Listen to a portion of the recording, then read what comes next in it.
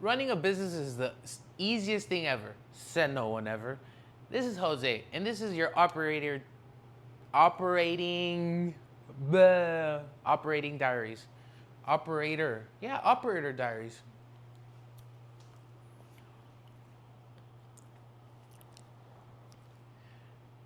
Running a business is the easiest thing in the world, said no one ever. This is Jose, and this is your operator diaries. So let me talk about this week, because this week was hectic. Um, it's barely Tuesday, and I don't even know if technically that's the start of the week, because it's Monday for most of us. Eh, it's the same day for me. Another day, another pizza. But so Monday was extremely busy. I was at both stores like usual. Um, Usually I'll open in one store. I'll leave midday. Usually some traffic. I might go home and walk my dog. Uh, I did that. I got to the other store and we are extremely busy on deliveries. And it's like, holy moly, what the heck, you know? But then I realized it was the Chargers playing, and Monday Night Football is usually good. But actually, I'll take that back. Monday Night Football, any day that there's a football game where it's like the Chargers, the Raiders, the 49ers, and the LA Rams. Although the Rams aren't that big here, I don't know why, but because they're all based in Southern California and their fan bases are really big, those days that they play, so if they play on a Monday, Sunday morning, Sunday evening, or Sunday day, and then Thursday night, if one of those guys play those days, usually it's busier than always. So I got here and Monday was extremely busy, and I was like, holy moly. The other store in Whittier, normal, not so much. You need time, you know? But in Rialto, I got here, how many deliveries was there? I got here and I was taking deliveries, and I'm the owner, you know? But I'm a believer that as an owner, you have to do it all.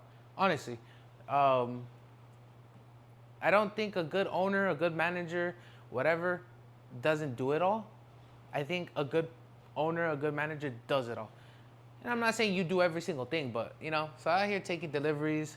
Um, Sometimes it's a struggle because I think it's crazy. We had so many deliveries. It's not even funny.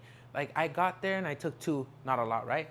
But the other driver, they said he had taken four and one had taken three. So what, seven, eight, nine deliveries, right? I get back and I took four, and then one took two and another one took three. So that's 4, 6, 7, 8, 9, 10. That's 10 deliveries, 17 deliveries in like the course of under 2 hours. So it's like, how do we do it? Again, I wasn't the one dealing with how are we gonna send them, but it's tough because you have to think about how am I gonna send them. First of all right, we have two going east, three going south, one going north, another one going west, and you're like, oh, at the same time, what do I do?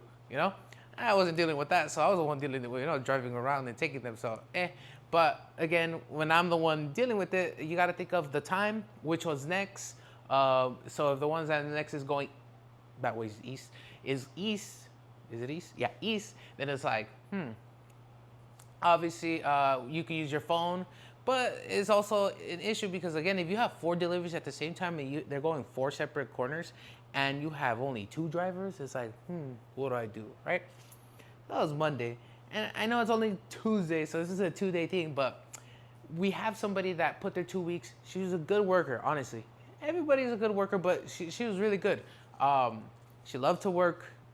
She could do a lot. She could take deliveries. She could take orders. She could get the oven. You know, she put her 2 weeks because she wanted more hours. Fortunately, because of our schedule at school, I can't give her the hours she wants. So she found some place that can give her like 40 hours, I think she said. And I could only give her like 25, 28 hours. Sometimes it happens. You win and you lose, right? And I wish we could keep her. I offered her a higher pay, and I was like, you know what? I was already gonna give everybody a raise again because I feel like because I'm not here as much at the Rialto store, I'm more at our second location. Then I have to pay them a little bit more because they're not used to the big balls being here, you know. But I was like, I could offer you a little bit more pay. I'll give you that raise before I was anticipating, and maybe that's a reason for me to. That's a reason that you could stay. She's like, no, it's because the hours. I get more hours. I was like, oh, I'm sorry. You know, I wish I could keep you, but I can't. So it's Tuesday, and her last day is in a couple days. And I was like, all right, cool. We have 2 people that we're gonna start training. Hopefully it goes well. You never know. I could interview you. People could tell me the best thing in the world, but then they see the job and they're like, oh, And again, we get really busy in Rialto, so that's another factor. It's a tiny place. Literally, it's 1,080 square footage, and sometimes we'll have 16 employees at the store, and it's busy. We'll have an hour wait time. We'll have all these deliveries, and it's like, oh shoot, everyone's kind of crammed up and everything. But so I have a couple people, 2 girls coming. Hopefully they're good, and then our manager at the Rialto store, he has a career that he's been going to school with, right? And originally he was gonna leave in a couple weeks, actually like a month or 2, right? And then he calls me up. Oh, actually, it's not gonna be in 2 months. It's going to be next week. It's like, these are the struggles that a lot of businesses go through. And hear me out. The storm will be here, and it will look all great, and you might have to put in the extra hours, and you might have to unfortunately give that bad service. You might have to work a little bit harder, and I already said that, but it's emphasized on that. And maybe you might have to give a couple people more hours, but you got to communicate with your employees. Sometimes it's going to be like that, but trust me, after the storm, the sun always comes. And I know that's corny, but it's true. And, right now we might struggle a little because we're losing 2 employees, but it's not the end of the world. And again, it's only Tuesday and I'm already having to deal with this, but I was like, you know what? Let me speak about this because this is actually kind of important,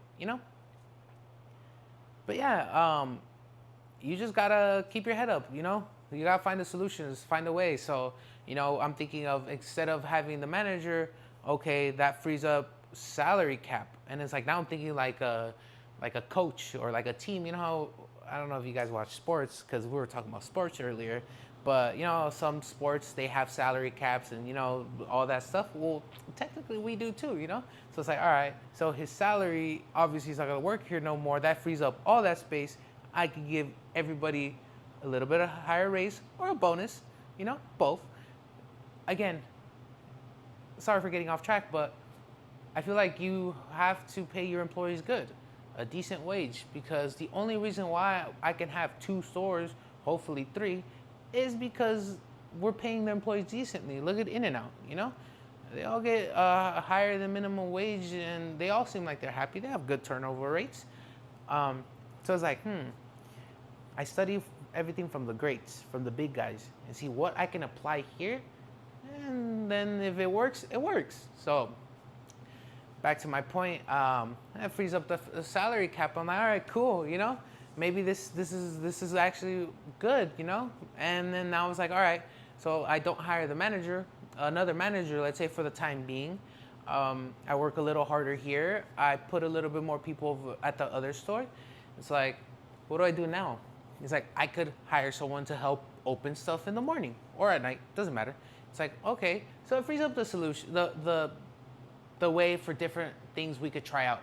Again, it's not the end of the world, and it sucks, believe me. If you're an owner of a business store, it doesn't have to be a restaurant, but if a good employee or your manager or anybody, even if it's a bad employee, like if someone leaves, it creates a little vacuum of time of you're like, oh my God, what am I gonna do? My only suggestion here, other than prepare and just know that it's gonna be over and you're gonna find an employee, is try to find a good replacement. Again, I mean this in a respectful manner, but sometimes it's happened where I just get the first person that comes because I really need that person, and they don't turn out to be the best, So it's like, if I would have waited, or okay, I'll hire that person, right? And I'm training them, and then someone will come in and it's like, oh, I want to work, and they give you like their resume, and you're like, holy moly, this person looks like they're good, but I just hired somebody and they're training, So I can't be a douche and tell them no because this person might be better, Try to hire somebody that's decent, not just because you need somebody. But yeah, that's all I gotta say today.